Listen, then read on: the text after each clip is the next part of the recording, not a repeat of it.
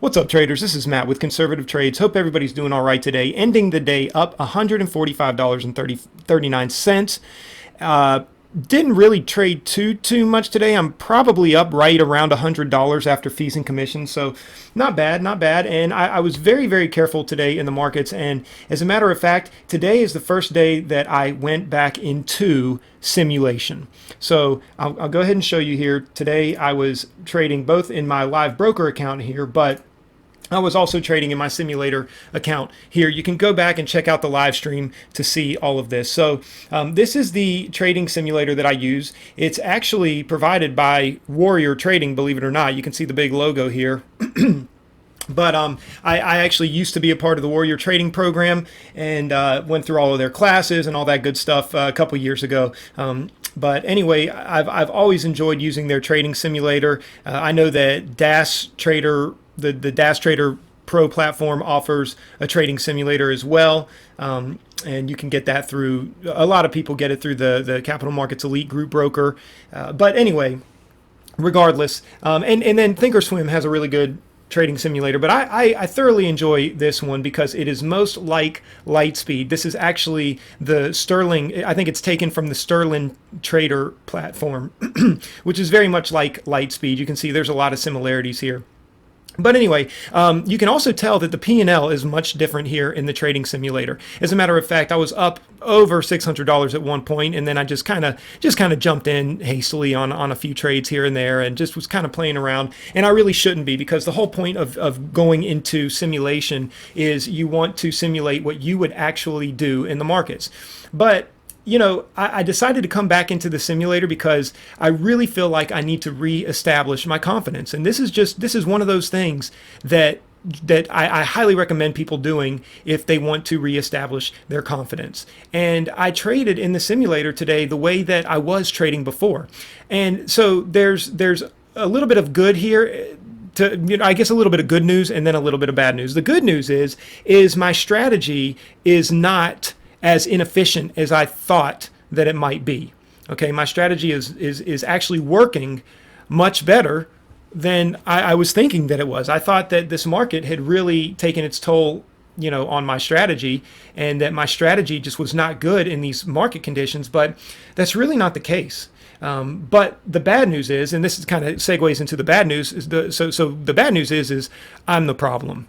It's my own mentality and just the whole psychological approach that I've been having to my trades and to this market. Now, obviously, I've talked about this before in other recap videos. This is nothing new. This isn't like a big aha moment for me. But what it is more of just a confirmation of what I was already considering. You know, for me, I thought it was kind of half and half. I thought that, you know, it was the market conditions, and then I also thought that it was affecting my mentality, and I figured that they were playing in together. But in reality, I think it's much more me than it is the strategy. It's much more my mentality than it is the strategy itself. Again, it's proven by how well I performed in the trading simulator. And when I'm in the trading simulator, I have absolutely no fear. I'm completely confident in my moves and the moves that are being made. And as a matter of fact, a good example of that is the trade I took here on Zoom. You can see here, Zoom had a pretty big sell-off here, and it started coming up, and I went ahead and averaged in. Now, I got in with 200 shares here. I probably really only would have started with a 100-share position here as it was approaching VWAP. But then it came up here, and I noticed that we had a really good line of previous support here that could be acting as really good resistance. So I actually got in another couple hundred shares here, and I held through all of this. And then as it came down, I got out, and I made a good chunk of change on that move alone. Okay, and so this is something where I probably would not have waited for all of this. I probably would have, maybe I would have averaged in.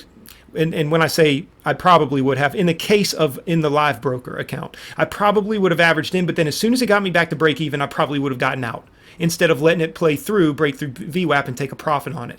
Okay.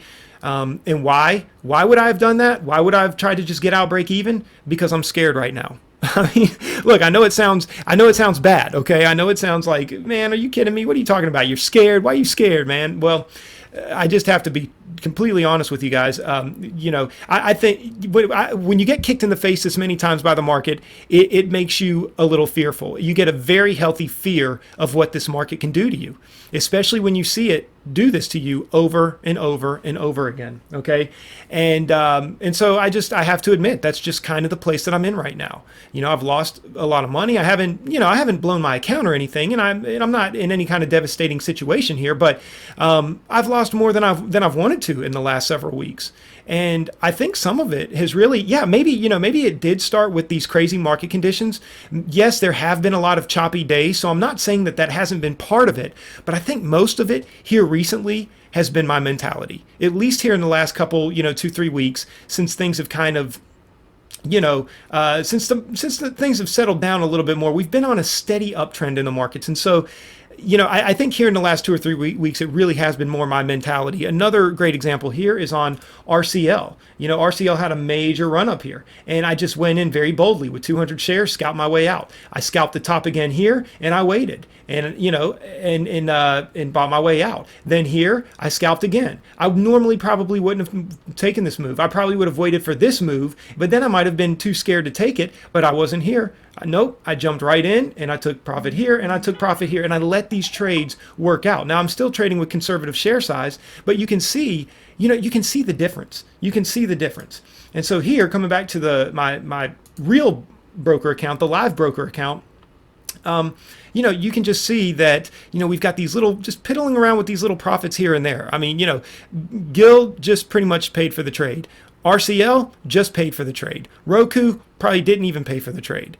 And then we've got ZM here, that was a good move. And then Boeing, that was a good move. But both of these were on super, super small share size. And think about how much more they could have been if I just had the confidence to go in with bigger position.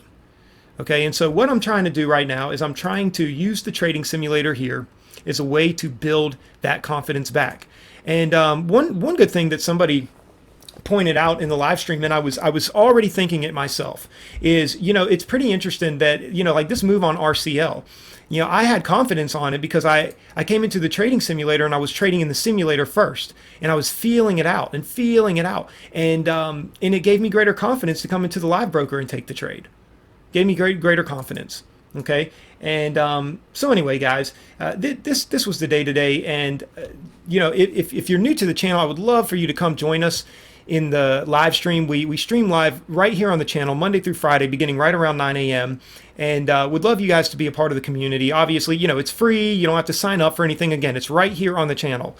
And hopefully you're enjoying these recaps. But I think that this is a pretty cool thing. I've said to myself this whole time, this isn't really anything I don't think I've vocalized here on the channel, but I've thought to myself, man, this is going to be pretty horrible if I have to go back into trading, into a trading simulator for a few weeks. But really, I think it's really good. I think it's good for the channel. I think it's good for people who want a realistic take on what day trading really can look like sometimes. And you know what? Some of the most professional traders out there sometimes have to go back into simulation.